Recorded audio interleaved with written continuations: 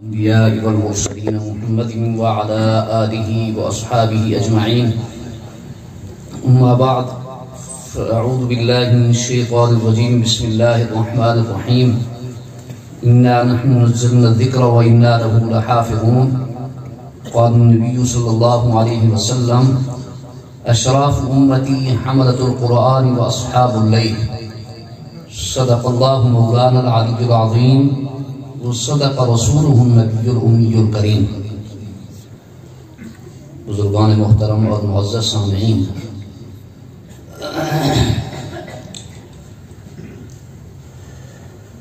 استاد القراء برادرم حضرت قاری محمد وقاص صاحب دامت برکاتہ کی سحر انگیز اور وجد آفرین تلاوت نے سما باندھ دیا. اور سچی بات تو یہ ہے، میرا دل چاہ رہا تھا کہ آج بیان کی چھٹی ہو اور مغرب تک قاری صاحب کا قرآن ہی سنتے رہیں،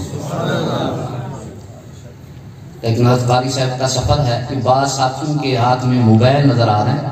ایک تھوڑی سی درخواست ہے، محسوس بھی نہ فرمائیں، تصویر نہ لیں، بیان ریکارڈ کر سکتے ہیں. کوئی بھی ساتھی، پیچھے بھی ایک نوجوان کے پاس ہے، سامنے موبائل بچے کے پاس ہے، آپ بیٹھے اس کو نیچے کرانا. بیان ریکارڈ کر سکتے ہیں، تصویر لینا حرام ہے. کسی بھی عالم دین کی تصویر نہیں لے سکتے، مسئلہ ذہن میں رکھیں.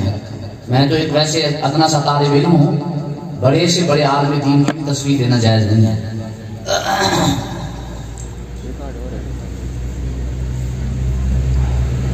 آج کے بیان کا موضوع تو کچھ اور تھا، لیکن اس مبارک محفل کو دیکھ کر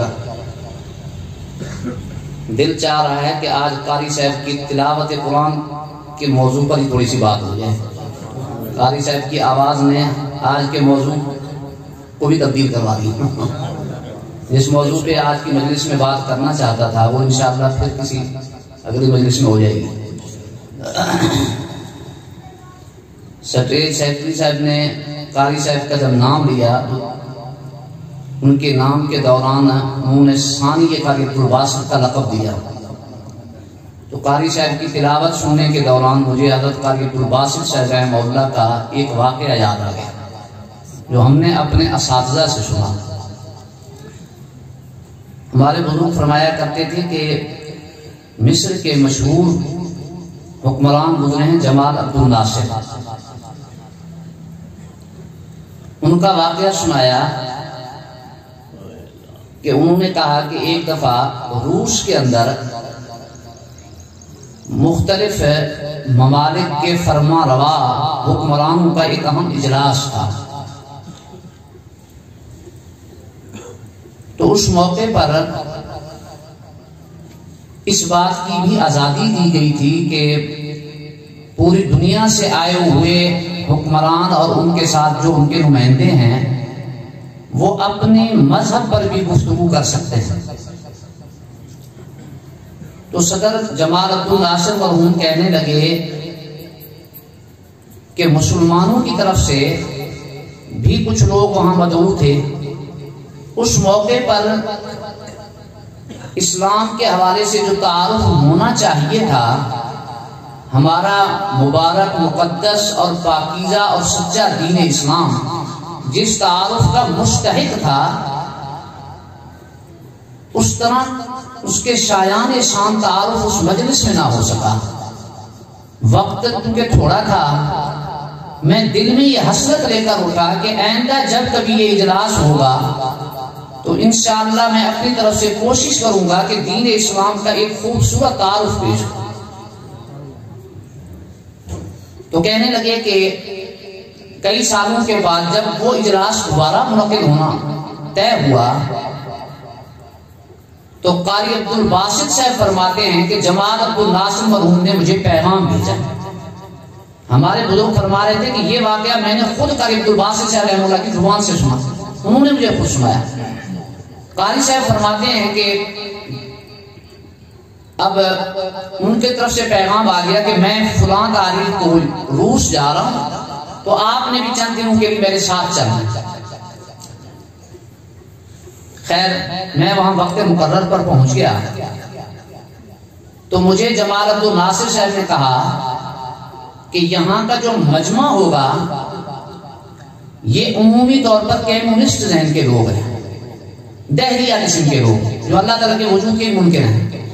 باقی ان کا کھاتا تو آپ خود ہی سمجھ لیں کہ کتنا ہوگا. جو دنیا کی سب سے بڑی حقیقت ہے وہ ہے اللہ کا وجود، اللہ کی ذات، اس کے ہی ممکن ہے وہ. آپ نے یہاں پر کوئی تقریر نہیں کرنی، کوئی لمبا چوڑا لیکچر نہیں کرنا. بس میں یہ چاہتا ہوں کہ آپ نے یہاں پر قرآن مجید کی تلاوت کرنی.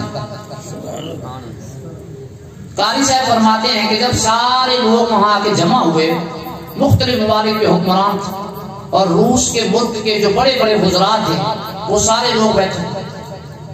وہ عربی نہیں سمجھتے. مجھے مقرر وقت پر جمال عبد الناصر صاحب نے اشارہ کیا اور عربی میں فرمایا کہ آپ تلاوت شروع کریں. تو قاری صاحب فرماتے ہیں کہ میں نے آنکھیں بند کی اور اعوذ باللہ اور بسم اللہ پڑھ کے سورۃ طٰہٰ کی تلاوت شروع کی اور پورے 2 رکوع تلاوت کرنے کے بعد میری آنکھیں کھلی. مجھے اور کوئی پتہ نہیں تھا. جب 2 رکوع مکمل ہونے کے بعد میں نے آنکھیں کھولی تو موجود سامنے کا جتنا بھی مجمع تھا وہ سب زار و قطار رو رہے تھے. تو جمال عبد الناصر صاحب نے نشست کے اختتام کے بعد ان سے ان کی زبان میں پوچھا کہ ہمارے قاری صاحب جو پڑھ رہے تھے آپ لوگ تو عربی نہیں جانتے، عربی زبان میں کچھ کہہ رہے تھے، آپ لوگ رو کیوں رہے تھے؟ تو انہوں نے اپنی زبان میں جواب دیا کہ سچی بات یہ ہے کہ اس کا پتہ ہمیں بھی کوئی نہیں کہ یہ کیا کہہ رہے تھے، لیکن اتنی بات ہم نہیں جانتے کہ جتنی دیر یہ کہتے رہے اپنی زبان سے ہمارے دل کی کیفیت بدل چکی تھی. اور یہ تو قرآن کے منکر تھے اور اللہ کے وجود کے منکر تھے. روئے زمین پر سب سے عظیم ترین مبارک ہستی، فخر 2 جہاں، رحمت للعالمین، نبی کریم سرور دو عالم صلی اللہ علیہ وسلم کی ذات تھی جن کے اوپر خود قرآن مجید نازل ہوا. حضرت عبداللہ ابن مسعود رضی اللہ تعالیٰ عنہ فرماتے ہیں کہ ایک مرتبہ رسول اللہ صلی اللہ علیہ وسلم نے مجھ سے فرمایا کہ ابن مسعود مجھے قرآن سناؤ. تو میں نے عرض کیا ابا علیک یا رسول اللہ وقد انزل علیک حکما کا، یا رسول اللہ آپ کے اوپر قرآن نازل ہوا، میں آپ کو قرآن پڑھ کے سناؤں. تو آپ صلی اللہ علیہ وسلم نے فرمایا کہ ہاں میرا دل چاہتا ہے کہ اللہ کا جو کلام میرے اوپر نازل ہوا میں اس کو اپنے امتی کی زبان سے سننا چاہتا ہوں. حضرت عبداللہ ابن مسعود فرماتے ہیں کہ میں نے سورۃ نساء کی تلاوت شروع کی. تلاوت کرتے کرتے جب میں قرآن مجید کی اس آیت پہ پہنچا فَكَيْفَ إِذَا جِئْنَا مِنْ كُلِّ أُمَّةٍ بِشَهِيدٍ وَجِئْنَا بِكَ عَلَىٰ هَٰؤُلَاءِ شَهِيدًا. جب اس آیت پہ میں پہنچا تو نبی کریم صلی اللہ علیہ وسلم نے مجھے رکنے کا اشارہ فرمایا. میں سر جھکا کے تلاوت میں مصروف تھا. جب آپ نے مجھے رکنے کا حکم دیا تو میں نے اپنی آنکھوں سے دیکھا کہ آپ صلی اللہ علیہ وسلم کی دونوں آنکھیں آنسو سے بہہ رہی تھیں. آپ صلی اللہ علیہ وسلم خود روتے تھے قرآن کی آواز سنتے. تو آج 15ویں صدی میں اگر قرآن پڑھا جائے اور آپ صلی اللہ علیہ وسلم کے امتی کا دل پسیج جائے تو یہ کوئی بعید نہیں ہے. حضرت ابو موسیٰ اشعری رضی اللہ تعالیٰ عنہ نبی کریم صلی اللہ علیہ وسلم کے معروف صحابی ہیں. حدیث میں ان کے بارے میں آتا ہے کہ ان کو حضرت داؤد علیہ السلام کی آواز عطا فرمائی اور حضرت داؤد علیہ السلام کی آواز بہت خوبصورت تھی. اور حدیث میں فرمایا گیا کہ جنتیوں کو جنت کے اندر حضرت داؤد علیہ السلام کی آواز کے اندر قرآن سنایا جائے. حضرت ابو موسیٰ اشعری رضی اللہ عنہ اللہ نے بڑی خوبصورت آواز عطا فرمائی. وہ خود فرماتے ہیں کہ ایک موقع پر میں اپنے ہی خیال میں بیٹھے قرآن کی تلاوت سن رہا تھا. کافی دیر کے بعد آپ صلی اللہ علیہ وسلم سامنے تشریف لائے تو میں ادب کی وجہ سے خاموش ہوں.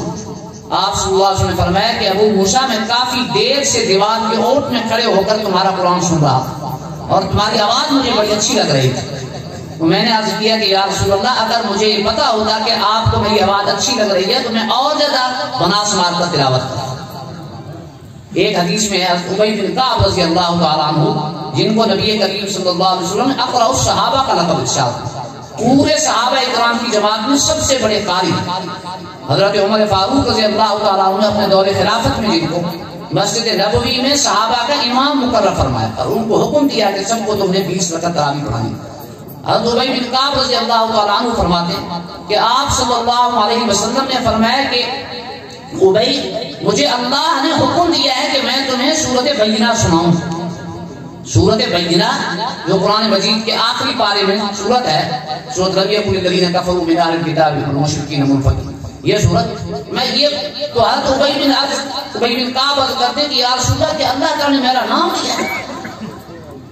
تو آپ نے فرمایا کہ ہاں تمہارا نام لے کر فرمایا کہ اپنے امتی ابی بن کعب کو قرآن سناؤ. یہ سن کر حضرت ابی بن کعب رو پڑے، یا رسول اللہ میں تو آپ کا ایک ادنا سا امتی ہوں، آپ سے ہم نے قرآن سیکھا، میں آپ کو قرآن سناؤں. فرمایا کہ ہاں میرے اللہ نے مجھے حکم دیا. ہاں اس سے آپ اندازہ لگا سکتے ہیں کہ قرآن مجید کتنا اونچا مقام ہے. ہاں اور ایک حدیث میں ہے نبی کریم صلی اللہ علیہ وسلم کو اللہ تعالیٰ نے ارشاد فرمایا انزلت علیک کتابا لا یغسلہ الماء، میں نے تمہارے اوپر ایک ایسا کلام نازل کیا ہے جس کو پانی دھو نہیں سکتا. یہ کتاب پانی سے دھل نہیں سکتی. ہاں آپ کسی بھی تحریر کو پانی میں ڈال دیں گے تو ظاہر ہے وہ صاف ہو جائے گی، لیکن فرمایا کہ یہ قرآن پانی سے دھل نہیں سکتا. مطلب یہ ہے کہ اللہ نے فرمایا کہ ہم نے اس کو ہمیشہ کے لیے امت کے سینوں میں محفوظ کرنے کا اہتمام فرمایا. اس لیے دنیا کے سارے نسخے اگر قرآن مجید کے ناپید ہو جائیں، اللہ نہ کرے ایسے حالات آنے قرآن مجید کے سارے نسخے ختم ہو جائیں، تو بھی انشاءاللہ پوری دنیا کے اندر قرآن کے حافظ آپ کو ملیں. اور آپ کو ایک مزے کی بات بتاتا ہوں کہ قرآن مجید کے علاوہ جتنے بھی آسمانی کتابیں ہیں، تورات ہے، انجیل ہے، زبور ہے، دوسرے جتنے آسمانی صحیفے ہیں، ان میں سے کوئی ایک کتاب آج اپنی حالت میں صحیح حالت کے اندر پوری دنیا میں موجود نہیں. پوری دنیا کے اندر آپ کو کوئی بڑے سے بڑا دوسرے مذہب کا کوئی بڑے سے بڑا ان کا مسلک جاننے والا، ان کا مولوی یا ان کا جاننے والا کوئی بھی ہو، ہاں جی اس مسلک کا جاننے والا، وہ ایک حرف کی ضمانت بھی نہیں دے سکتے. کچھ دنوں پہلے ہمارے بزرگ حضرت مولانا محمد ظاہر صاحب دامت برکاتہ ہم جامعہ امدادیہ کے شیخ الحدیث ہیں، کچھ دنوں پہلے ہمارے ساتھ کبان شہر میں تشریف لائے تو حضرت نے بڑی خوبصورت گفتگو فرمائی. میں ان کی ایک بات صرف نقل کرتا ہوں، ایک لمبا واقعہ بیان کیا تو مختصر اس کو عرض کرتا ہوں. فرمانے لگے کہ ہمارے استاد تھے پروفیسر مولانا ڈاکٹر محمود احمد غازی صاحب، بڑے عجیب انسان تھے، اللہ نے ان کو بڑی عجیب صلاحیتیں دی تھی. جامعہ اسلامی یونیورسٹی کے پرنسپل بھی رہے اور بڑی کتابیں لکھی انہوں نے، حدیث پر ان کا بہت بڑا کام ہے.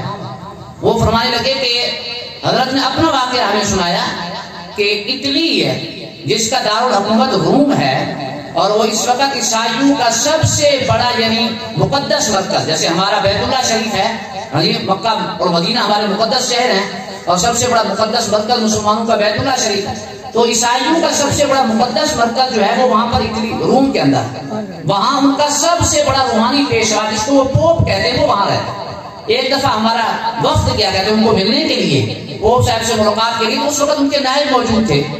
تو خیر ڈاکٹر صاحب فرماتے ہیں کہ میں نے ان سے ایک سوال کیا کہ میں نے ایک درخواست کی کہ ہم اس وقت پاکستان سے آئے ہیں، ہم آپ کے مہمان ہیں، تو میں مہمانی کے طور پر آپ سے ایک تحفہ وصول کرنا چاہتا ہوں. وہ تحفہ کیا ہے؟ فرمایا کہ میں ایک تحفہ وصول کرنا چاہتا ہوں. ڈاکٹر صاحب نے ان سے کہا، پوپ کے جو نائب بیٹھے تھے اس وقت یعنی وہ بھی پوپ کی جگہ پر تھے، کہنے لگے کہ وہ تحفہ میں یہ چاہتا ہوں کہ حضرت عیسیٰ علیہ السلام اللہ کے نبی تھے، آپ بھی ان کو نبی مانتے ہیں، ہم بھی ان کو نبی مانتے ہیں، ہاں عیسائی تو ان کو خدائی کے درجے میں سمجھتے ہیں، تو الحمدللہ ہمارا بھی ان کے اوپر ایمان ہے، ہم دل و جان سے ان کو اللہ کا نبی مانتے ہیں. جو حضرت عیسیٰ علیہ السلام کو نبی نہ مانے ہم اس کو مسلمان ہی نہیں سمجھتے. تو میں حضرت عیسیٰ علیہ السلام کی زبان سے نکلا ہوا کوئی ایک جملہ جس پر آپ کو یہ یقین ہو کہ یہ ایک جملہ، صرف ایک لفظ، ایک جملہ جس پر آپ کو 100% یقین ہے کہ یہ عیسیٰ علیہ السلام کی زبان سے نکلا ہے، وہ آپ مجھے بطور تبرک اور تحفے کے دے دیں تاکہ میں اس کو سن کے محفوظ کروں. تو پہلے تو انہوں نے کہتے ہیں بہانہ بنایا، کہتے ہیں مجھے آپ کا سوال سمجھ میں نہیں آیا، تاکہ اس بہانے کچھ وقت مل جائے. میں نے دوبارہ سوال دہرایا، تیسری دفعہ پھر دہرایا، تو 3 دفعہ سوال سننے کے بعد انہوں نے ایک لفظ اپنی فرانسیسی زبان میں کہا ادا کیا جس کا اردو میں ترجمہ 2 لفظ ہے. 2 لفظ میں حضرت نے فرمایا اس کو ترجمہ، وہ یہ ہے کہ اس نے کافی دیر سوچ بچار کی اور اس کے بعد اس نے کہا ممکن نہیں، ممکن نہیں. حضرت عیسیٰ علیہ السلام کی زبان سے نکلا ہوا ایک جملہ، جو ان کے سب سے بڑے روحانی پیشوا ہیں دنیا کے، ان کو بھی اس پر کوئی یقین نہیں ہے کہ ہمارے نبی کا کوئی ایک جملہ جو 100% اس پر ہمیں یقین ہو وہ ہم بھی بتا سکتے ہیں آپ. اور نبی کریم صلی اللہ علیہ وسلم کے اوپر جو قرآن نازل ہوا 550 صفحات کی کتاب ہے، جو عام طور پر جو نسخہ ہمارے یہاں چل رہا ہے 16 سطری 550 صفحات کی کتاب، اور آپ صلی اللہ علیہ وسلم کے احادیث کا ذخیرہ جو لاکھوں کی تعداد میں آیا، الحمدللہ اس کا ایک ایک لفظ آج الحمدللہ 15 صدیاں گزرنے کے باوجود بھی محفوظ چلا رہا ہے۔ یہ کس کی محنت ہے؟ حضرت مولانا مفتی محمد زاہد صاحب کے الفاظ فرمانے لگے کہ یہ جو ہمارے مدارس کے اندر جو چھوٹے معصوم بچے نا، جن کو ہم طوطے کی طرح قرآن کے الفاظ رٹواتے ہیں، یہ رٹے لگانے والوں کا کمال ہے۔ ان معصوم بچوں نے قرآن مجید کو اپنے سینے کے اندر محفوظ کیا، اس کی برکت ہے۔ اور پہلے جو تھا سارا زور معنی پر ہو گیا، لیکن الفاظ کی کوئی اہمیت نہیں، بس معنی پر توجہ دو، الفاظ کو بھی حیثیت نہیں دی۔ لیکن ہماری امت نے قرآن مجید کے الفاظ کو بھی محفوظ کیا اور قرآن مجید کے معنی کو بھی محفوظ کیا۔ الحمدللہ آپ کو ایک نہیں دو نہیں لاکھوں کروڑوں حافظ قرآن مجید کے ملیں گے، چھوٹے سے چھوٹے معصوم سے معصوم بچے۔ ہمارے ابا جی تو فرمانے لگے کہ ہم میرے شاہ مدرسے میں پڑھتے تھے تو کراچی کے اندر مولوی فیصل صاحب ہوتے ہیں، فرمانے لگے انہیں 7 سال کی عمر میں قرآن مجید حافظ، 7 سال کے لوگ نے قرآن مجید حفظ کیا۔ الحمدللہ 7 سال کی کیا عمر ہوتی ہے؟ الحمدللہ میں آپ کے سامنے بیٹھا ہوں، میں نے خود قرآن مجید الحمدللہ صرف 9 سال کی عمر میں، 1.5 سال کے عرصے میں 9 سال کی عمر میں قرآن مجید حفظ کیا۔ ہمارے استاد تھے مولانا عبدالغفور صاحب رحمہ اللہ، مدرسہ عیدگاہ کے محترم، آپ حضرات سے بہت قرآن دور جانتے ہوں، تو جب سال کے بعد آخر میں پروگرام ہوتا تھا مدرسے کا، تو حضرت نے مجھے دونوں ہاتھوں سے اٹھایا، اور اس وقت میری سمجھ کا یہ عالم تھا کہ میں اس وقت بھی جب پروگرام میں لوگ آئے ہوئے تھے دستار بندی کے لیے، ہمیں انعام دینے کے لیے ساتھیوں کو بجمع کرتا تھا ہمارے عزیزوں کا، میں اس وقت بھی کھیلنے میں مصروف تھا، اس وقت بھی بچوں میں کھیل رہا تھا۔ تو حضرت نے ادھر تو دیکھا، فرمایا نبی محمد کہاں ہے، اس کو پکڑ کے لاؤ۔ تو اسی وقت کوئی طالب علم بڑے آئے مجھے پکڑ کے لے گئے، تو حضرت نے مجھے دونوں ہاتھوں سے اٹھایا، ایسے بچنے میں وہ آج تک مجھے منظر یاد ہے، ایسے دونوں ہاتھوں سے اٹھایا اور فرمانے لگے یہ دیکھیں ہمارے مفتی صاحب کا بچہ ہے، اس بچے کی آپ عمر دیکھ لیں، یہ بچہ گفتگو پوری نہیں کر سکتا، لیکن الحمد کی الف سے لے کر سورۃ الناس کی سین تک آپ جہاں سے چاہیں پورا قرآن یہ بچہ آپ کو اسی لمحے میں سنا سکتا ہے۔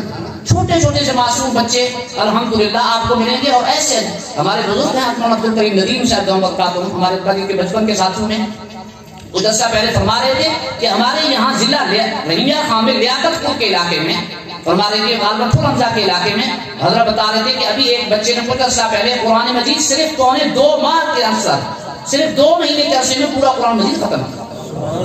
امام ابو حنیفہ رحمہ اللہ کا نام تو آپ نے سنا ہی ہے، جن کے مسلک کی ہم تقلید کرتے ہیں، حضرت کے معروف شاگرد امام محمد رحمہ اللہ، ان کو ان کے والد صاحب لے آئے پڑھانے کے لیے حضرت کی خدمت میں۔ حضرت نے فرمایا کہ بھائی میری ایک شرط ہے، میں بچے نے حفظ کیا ہوا غلطی حافظ تو نہیں ہے بچہ، میری ایک شرط ہے کہ جو بچہ قرآن مجید حفظ کرتا ہے میں اس کو پڑھایا کرتا ہوں، اس بچے کو لے جاؤ، ابھی بچے کی عمر ہی نہیں ہے، یہ حفظ کرا لیں اس کو قرآن مجید، جب حافظ بن جائے گا تو پھر میرے پاس لینا، پھر میں قرآن حدیث کی تعلیم دوں گا۔ تو ٹھیک 1 ہفتے کے بعد ان کے والد صاحب ان کو لے آئے، حضرت کے سامنے بٹھا دیے، حضرت نے فرمایا کہ میں نے آپ کو منع کیا تھا کہ میں آپ غیر حافظ بچوں کو نہیں پڑھایا کرتا، آپ بچے کو جا کے حفظ کرنا پھر میں پڑھاؤں گا، کیا چلتی ہے؟ کہنے لگے حضرت آپ کے سامنے ہے، آپ نے 1 ہفتہ پہلے بھیجا تھا، الحمدللہ پورا قرآن مجید بچہ حفظ کر کے آ گیا ہے، تسلی کے لیے جہاں سے آپ کا جی چاہے سنتا۔ تو بھائی یہ قرآن مجید الحمدللہ نبی کریم صلی اللہ علیہ وسلم کا ایک بہت بڑا عظیم معجزہ ہے۔ میں نے جو حدیث پڑھی اس حدیث کا آسان مطلب یہ ہے کہ آپ نے فرمایا کہ میری امت کے 2 معززین ہیں، 2 انتہائی قابل احترام ہستیاں ہیں، ایک حاملۃ القرآن اور دوسرا اصحاب اللیل، ایک وہ ہیں جن کے سینوں میں قرآن مجید محفوظ ہے، اور دوسرا جو رات کے آخر پہر میں اٹھ کے اللہ کے سامنے روتے ہیں، تہجد کی نماز پڑھنے والے اور قرآن مجید کی تلاوت کرنے والے، یہ 2 ہستی، اور قرآن مجید کی یقین کریں تلاوت ابھی آپ سن رہے تھے، یہ ایک ذائقہ ہے، اللہ کی قسم جس کو یہ ذوق قرآن کی تلاوت کا نصیب ہو جاتا ہے، اللہ اس کو دنیا کی زندگی میں جنت کی بہاریں دکھا دیتے ہیں، جنت کی بہاریں دکھا دیتے ہیں۔ ہمارے بزرگ قاری رحیم بخش رحمہ اللہ کے بارے میں ہمارے سکھت کے بزرگ سنانے لگے، حاجی محمد فاروق صاحب فرمانے لگے قاری صاحب میرے پاس تشریف لائے رات کے وقت کہیں سکھت میں، عشاء کی نماز کے بعد ہم نماز سے فارغ ہو چکے تھے، تو قاری صاحب نے مجھ سے فرمایا کہ حاجی صاحب اگر اجازت ہو تو 2 رکعت میں تحیۃ المسجد کے پڑھ لوں۔ میں نے کہا ضرور، سعادت ہے آپ پڑھ لیں، وضو کر لیا، میں نے کہا 5-10 منٹ میں فارغ ہو جائیں، اگر اجازت ہو تو قاری صاحب میں بھی شریک ہو جاؤں ساتھ، میں نے ضرور تشریف لائیے آپ بھی۔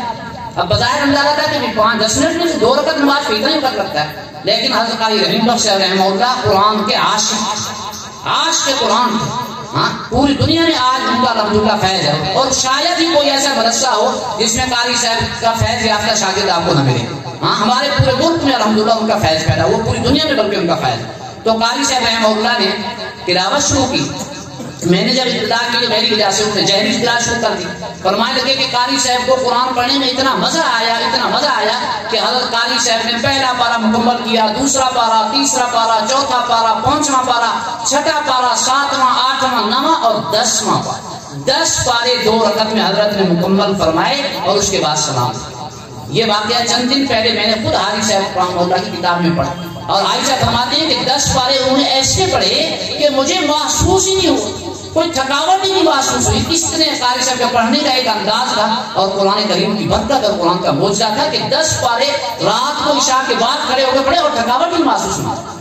میرے استاد محترم حضرت مولانا صاحبان محمود صاحب رحمہ اللہ جامعہ دارالعلوم کراچی کے شیخ الحدیث تھے، جنہوں نے 35 سال تک بخاری شریف پڑھائی. اور میرے استاد محترم حضرت شیخ الاسلام مفتی محمد تقی عثمانی صاحب دامت برکاتہم، جن کے نام سے ہر بچہ ہی واقف ہے، اور پوری دنیا میں الحمدللہ حضرت کا نام ہے، اور اس وقت وہ عالم اسلام کی آبرو ہیں. الحمدللہ ہمارے ملک کا بہت بڑا عظیم سرمایہ ہے. ویسے تو پورے دنیا کے مسلمانوں کا سرمایہ ہے، لیکن ہمارے پاکستان والوں کے لیے وہ خصوصیت کے ساتھ سرمایہ افتخار ہے. حضرت کے بھی استاد تھے مولانا صاحبان محمود رحمہ اللہ، جن سے ہم نے بخاری پڑھی. حضرت رحمہ اللہ کو ہم نے اپنے آنکھوں سے دیکھا، ہر وقت ان کے زبان پہ حرکت، ان کے ہونٹ چلتے رہتے تھے ہر وقت، اور ہمیں بطور مزاح کے فرمایا کرتے تھے کہ ہم سے فرماتے کتنی منزل پڑھتے ہو روزانہ بھائی؟ طالب علم جناب استاد 1 پارا پڑھتے ہیں، 2 پارے پڑھتے ہیں. تو ہنس کے فرمایا کرتے تھے نالائق کو، جب تک صبح 5 پارے نہ پڑھ لو تمہارے لیے مدرسے کی طرف سے ناشتہ کرنا حلال نہیں ہے. 5 پارے جب تک نہیں پڑھو گے تمہارے لیے ناشتہ ہی حلال نہیں ہے. اور خود کیا ان کا معمول تھا یہ ان کی زندگی میں ہمیں پتہ نہ چلا. جب حضرت کی وفات ہوئی تو ان کے بیٹے نے بتایا کہ اس عمر میں جب حضرت کی عمر 73 سال تھی، 73 سال کی عمر میں بھی حضرت روزانہ 15 سے 18 پارے قرآن کی تلاوت کرتے. 15 سے 18 پارے روزانہ قرآن کی تلاوت، 73 سال کی عمر. اور بہت بڑے شیخ، اسباب بھی پڑھاتے تھے، مریدین کا بھی حلقہ تھا، بیوی بچے بھی تھے، ان کے دنیا کے تقاضے بھی تھے، لیکن اس کے باوجود قرآن مجید کی اتنی تلاوت فرما دی کرتے تھے. اللہ تعالیٰ وقت میں برکت عطا فرما دیتا. ابھی میں نے کہا رحیم بخش رحمہ اللہ کا تذکرہ کیا، ان کے بیٹے قاری عبداللہ رحیمی صاحب، میں نے بچپن میں ان کی زیارت کی، ہمارے ساتھ کبار میں تشریف لائے، ہمارے ابا جی کے ساتھ بڑا تعلق تھا. تو حضرت قاری صاحب عبداللہ صاحب نے اپنا واقعہ سنایا. فرمانے لگے ایک دفعہ میں اپنے ابا جی حضرت قاری رحیم بخش صاحب کو قرآن سنانے لگا نماز کے اندر. تو قرآن میں سناتا رہا، پارے چلتے رہے. فرمانے لگے کہ 13 پارے میں نے مکمل سنائے، 13 پارے مکمل سنائے. جب 14واں پارا شروع ہوا تو 14ویں پارے کے شروع میں ایک اٹکن آئی، صرف اٹکن آئی، غلطی نہیں، اور وہ میں نے خود ہی صحیح کی. اور پھر اس ڈر کی وجہ سے کہ کہیں غلطی نہ آ جائے اور ابا جی سے صلاح کھانی پڑے گی، تو فرمانے میں ڈر کے بارے میں نے دوسری رکعت مکمل کی، سلام پھیرا، اور میں شرم کی وجہ سے سر جھکا کے بیٹھ گیا. کچھ دیر تو ابا جی خاموش رہے، اور کچھ دیر کے بعد پھر فرمانے لگے تمہیں شرم نہیں آتی؟ ابھی تک میرا دل دکھانے کے لیے میرے سامنے بیٹھے ہو، پوری زندگی تمہارے اوپر محنت کی، قرآن پڑھایا تمہیں، اور ابھی تک میرا دل دکھانے کے لیے سامنے بیٹھے ہو، دفع ہو جاؤ یہاں سے. مجھے اٹھا دیا. کس بات کے اوپر؟ 13 پارے مکمل ٹھیک پڑے، 14ویں پارے میں ایک اٹکن کیوں آ گئی؟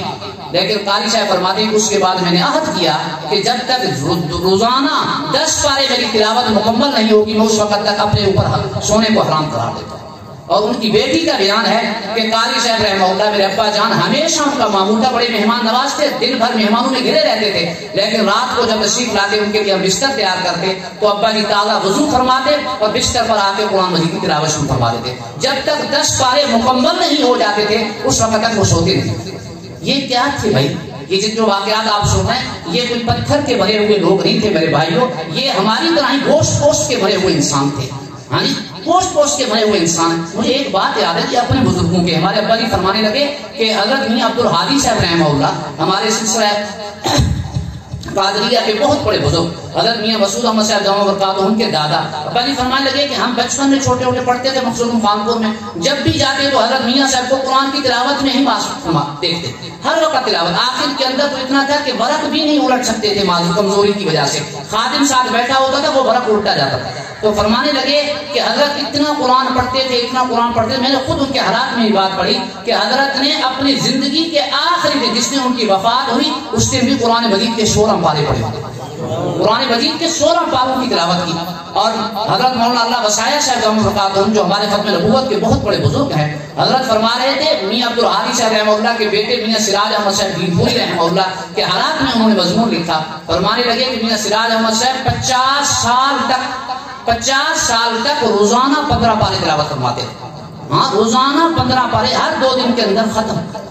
ہاں کہ اگر میں اس موضوع کو اور دور دینا چاہوں تو کئی گھنٹے گزر سکتے ہیں. ہمارے بزرگوں کا ذکر خیری اتنا مہک کا، وہ ان کا تذکرہ اتنا لذیذ ہے کہ اس کو آپ جتنا دور دینا چاہیں وہ دور پکڑ لے گا. لیکن وقت کی کمی کی بنا پر میں صرف اتنی بات عرض کرتا ہوں کہ قرآن مجید کے صرف الفاظ کو سن لینا، تلاوت مسحور کن آواز کو سن کے صرف جھوم جانا، وقتی طور پر ماشاء اللہ سبحان اللہ کی صدائیں بلند کرنے سے کام بنے گا نہیں جب تک ہم اپنی زندگیوں میں قرآن کو جاری نہیں کریں گے. قرآن مجید کو آج کا یہ مجمع اس بات کا عزم لے کے اٹھے کہ آج سے میں اور آپ قرآن مجید کی تلاوت کو اپنی روزانہ کے معمول میں شامل کریں گے.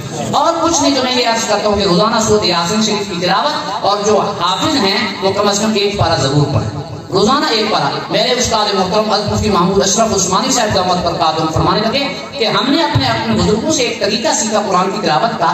فرمانے لگے کہ حضرت فرماتے تھے بھائی چاند کو دیکھ لیا کرو، جس دن چاند نظر آ جائے اگلے دن سے روزانہ قرآن مجید کے 1 پارے کی تلاوت شروع کر دو. ہاں روزانہ 1 پارہ. تو اس کی برکت سے آپ کو اسلامی تاریخ بھی یاد رہے گی. آج یہ تم ہے، آج پہلا پارہ پڑھا، آج دوسرا پارہ، ٹھیک ہے آج 2 تاریخ ہے، آج 15واں پارہ پڑھا، آج بھی 15 تاریخ ہے. تو فرمانے لگے جب 29ویں تاریخ ہو تو اس دن 2 پارے پڑھ لینا کہ کہیں چاند ہے 29 کا نہ ہو جائے. اگر 30ویں کا ہوگا تو ٹھیک ہے آپ کو اور زیادہ ثواب ملے گا، 1 پارہ اور پڑھ لینا. تو روزانہ سورۃ یاسین شریف کی تلاوت اور 1 پارے کی تلاوت بڑی آسانی سے ہم کر سکتے ہیں. ہاں اب وقت نہیں ہے، ورنہ میں آپ کو بتاتا کہ اس دور کے اندر، یہ تو میں نے آپ کو پرانے بزرگ، شاید آپ سوچیے تو پرانے بزرگ تھے، نہیں، اس دور میں الحمدللہ ایسے بزرگ موجود ہیں، میں خود ان سے واقف ہوں. ایسے کئی بزرگ میرے علم کے اندر ہیں جو اس وقت بھی الحمدللہ دن میں 8 سے 10 پاروں کی تلاوت کر لیتے ہیں، آسانی سے کرتے ہیں. تو قرآن مجید کی تلاوت. اور آخر میں ایک درخواست بچوں کے والدین سے میں کرنا چاہتا ہوں کہ یاد رکھیے مسئلہ قرآن مجید کا یاد کرنا فرض نہیں ہے، لیکن یاد رکھنا فرض ہے. قرآن مجید کا یاد کرنا فرض نہیں ہے، یہ تو مسئلہ معلوم ہے نا آپ کو. ہاں اگر قرآن مجید کا یاد کرنا فرض ہوتا تو پھر آپ میں سے اکثر مجمع گناہگار بیٹھا ہے. قرآن مجید کا یاد کرنا فرض نہیں ہے، یعنی واجب نہیں ہے، صرف ایک سنت اور مستحب عمل ہے.